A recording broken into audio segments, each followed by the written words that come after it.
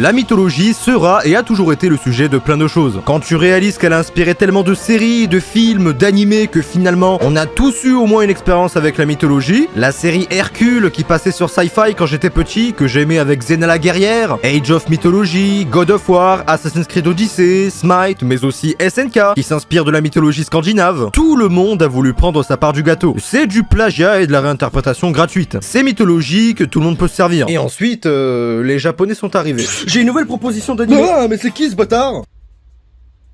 Ouais, non, pas très emballé là, hein. Ça fera 100 € à tout casser. Waouh, 100 000 €.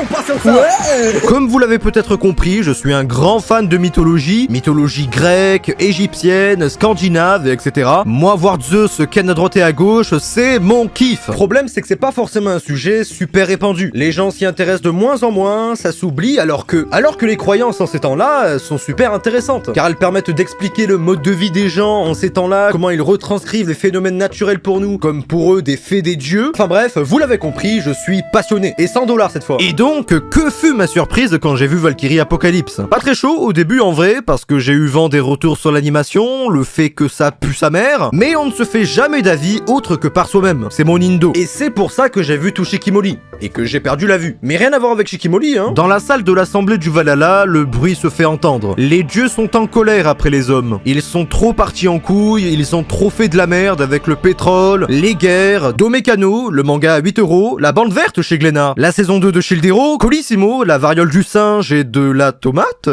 enfin bref. Et après 7 millions d'années d'existence, il est temps d'y mettre fin. Et Shiva se porte premier volontaire. Le dieu bon, par définition, qui porte le bonheur pourtant. Ok, l'humanité sera anéantie. Mais on a 2 voix en plus.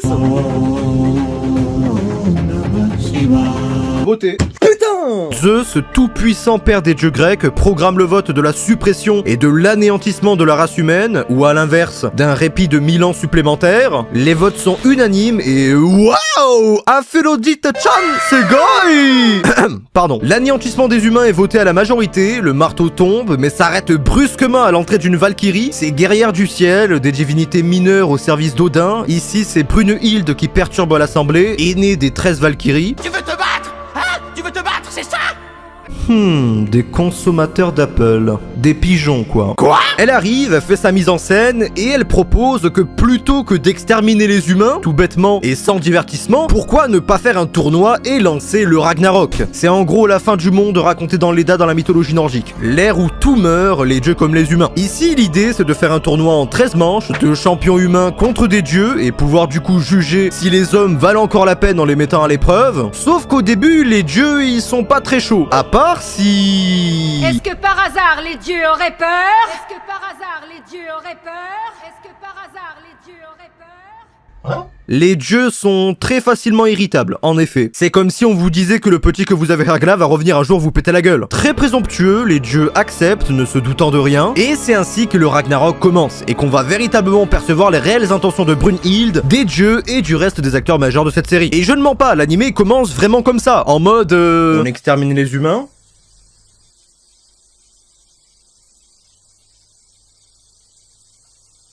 Et si on le faisait... Mais avec de la bagarre. Ouais. Oh ouais, de la bagarre! Ouais, la bagarre. Ouais.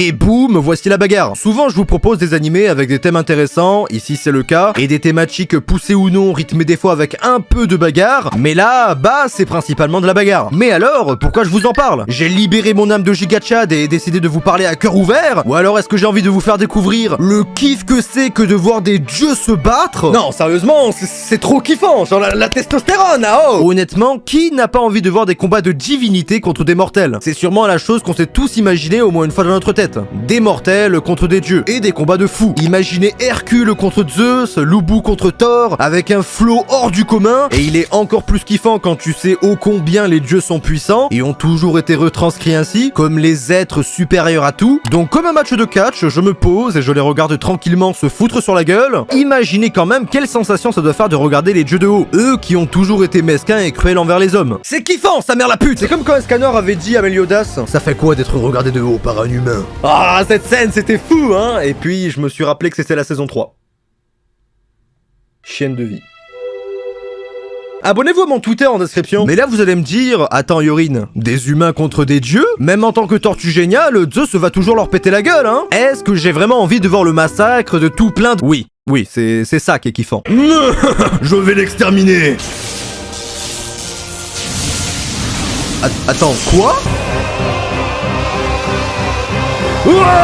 C'est pas le genre d'animé que tu regardes pour l'histoire ou l'intrigue prenante. Non, ici c'est full bagarre. C'est une totalité de massacres et de coups spéciaux stylés envoyés tout le long des épisodes. Et c'est quelque chose que j'ai bien compris quand j'ai vu que le tournoi commençait à la moitié de l'épisode 1 à peine. Pas le temps de niaiser. On présente vite fait la situation et voilà. Hein, si t'as pas aimé, tu ne pourras te le reprocher qu'à toi puisque la série te pose clairement les bases de ce que ça va être tout le long. On va suivre tout le long les rounds se succéder, les dieux faire les fous et les humains venir en mode haha, tu as activé ma carte piège. Et le dieu qui fait oh comment? Et ensuite il lui répond je suis japonais donc je peux pas perdre. Et il avait raison. Mais moi je vais vous dire ce qui est Valkyrie Apocalypse. C'est tout d'abord des waouh et ensuite des oh nibar pour ensuite finir sur des oh psychopathe pas cool et des combats de fous où le flow s'affronte plus que la force. Un défilé pour les gigachas de fans de divinité que nous sommes, sauf pour certains. Ah oui, et je vous le dis maintenant, hein, voilà, ça reste entre nous, mais regardez en VF, hein, elle est vraiment très bonne, les rageux vous diront l'inverse, mais tranquille. À part quand il s'agit de la petite sœur de Brunhilde, hein, qui parle tout le temps comme ça, comme une putain d'enfant de 5 ans. Oh, je regarde un animé avec des dieux qui se battent à mort, ou la saison 2 de Dora l'exploratrice. Moi, je préfère largement quand la VF s'approprie l'animé. Je sais pas vous, mais quand je mets en VF, c'est pour entendre en français. C'est pas pour voir des doubleurs qui essayent de refaire la voix de putain de Loli que les japonais ont tendance à foutre partout. Oui, non mais Yorin, c'est normal en fait, taisez-vous. Mais l'un des premiers vrais freins des fans et des gens qui voudront commencer, c'est l'animation. Franchement, l'animation n'est pas folle, hein. L'essentiel généralement dans une mauvaise animation, c'est qu'on ne le remarque pas, hein. Là, on a plein de plans fixes, de simples zooms et dézooms comme moi je pourrais faire sur Vegas, sur des scènes manquant cruellement d'illustration, parfois des trucs en 2 FPS, mais bon, sans vous mentir, ça reste très joli. Les frames sont limités, mais ne perdent pas en qualité. Quitte à niquer la fluidité, autant faire un truc joli, un truc beau. Et ils y sont arrivés. Après, il y a des choses que je peux comprendre. Étant donné la thématique de l'œuvre, donc la bagarre, bah franchement, pas évident. Tu donnes aux animateurs des scènes d'action de fou, avec un budget vraiment réduit. C'est sûr que c'est beaucoup plus dur à faire que de dessiner un sgeg en plan fixe, avec sa meuf aux cheveux roses.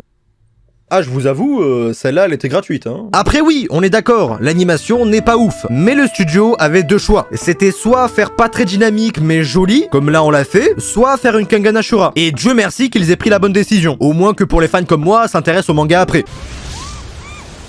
Ah bah on sait où est parti le budget, hein. Là on sent les millions de yens investis. Mais alors Yorin, comment je fais pour sentir l'ardeur du combat sans une animation de fou? C'est très simple, car les autres aspects de la série sont là pour carry la game. Attardons-nous d'abord sur le plus évident, la musique. La symphonie que l'on va entendre tout le long retranscrit à la perfection la situation. Quand il est question de chant grégorien pour décrire le divin, on a ce qu'il faut. Quand il est question de mettre des musiques japonaises pour le thème, on a ce qu'il faut. Quand il est question d'action surenchérie de plot twist et de retournement de situation et de combat, on a ce qu'il faut. Ça te fait directement monter la hype, la pression et le suspense montent au travers de la mélodie ambiante et c'est vraiment ça qui rythme beaucoup le truc et sauve pour moi une grande partie des combats. C'est comme dans un manga, faut s'imaginer le reste des fois, même si c'est honteux. Ensuite, entre deux, nous avons des flashbacks de chaque personnage passé, nous donnant une idée de son vécu, ce qu'il sait faire et pourquoi il est là. Si par la même occasion vous arrivez à nouer avec le personnage, alors là c'est génial. Mais la série n'en demande pas autant, sachez-le. Bon, la chose que je pourrais reprocher à la rigueur, outre l'animation, bah c'est les combats, qui sont souvent trop à rallonge, c'est abusé. Entre les flashbacks, les réactions du public, les dialogues, oh non, on a perdu. Un combat sera souvent égal à 3 épisodes, ce qui fait 1 heure par combat, en moyenne. Autant j'aime beaucoup le concept, mais la série est tellement vide de forme et de sens qu'il n'y a vraiment que le concept qui m'intéresse. Donc voir des dieux et des humains héros se foutre sur la gueule, avec des attaques stylées. Donc je vois plus les autres aspects comme un frein au kiff que j'ai en regardant la série. Je m'en bats les couilles de connaître tous les amis du type,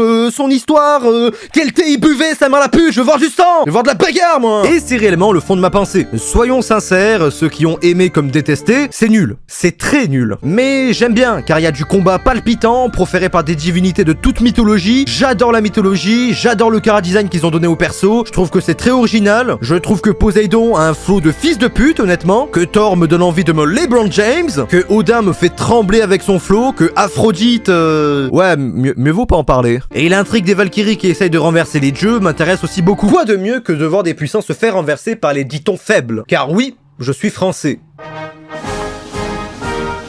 Le cœur il est là. C'est vraiment con des fois. En bref, je suis honnête avec vous, c'est vraiment pas un truc de fou en vrai, mais si vous aimez la fantasy, les combats et la mythologie, il y a moyen que le visionnage se passe très vite. Perso, vu que j'ai bien aimé, j'avais pas vu que j'avais fini la saison 1 dans la soirée. À chaque fois, t'enchaînes les épisodes, car soit tu veux voir le dénouement du combat en cours, soit tu veux voir les prochains combattants. Et c'est excitant, croyez-moi. Adam? Ève? La mythologie?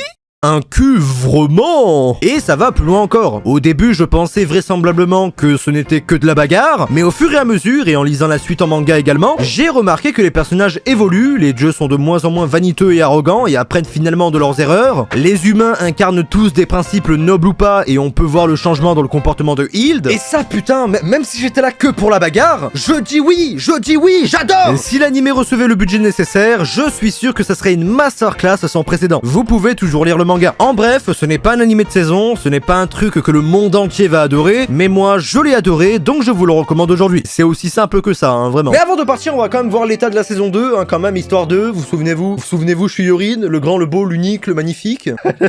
ça rime en plus, j'ai même pas fait exprès.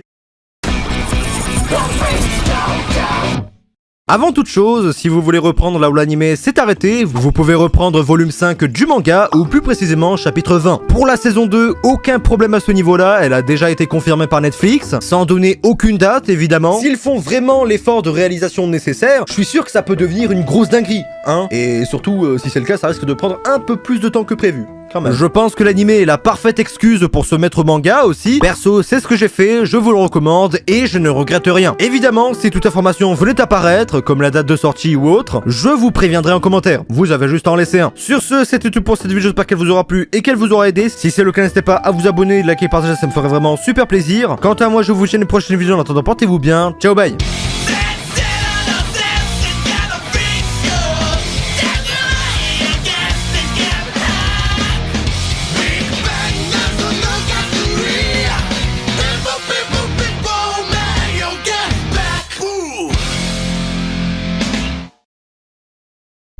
N'empêche, je veux pas dire, mais là, comme ça, je fous droit Michael Jackson. Normal.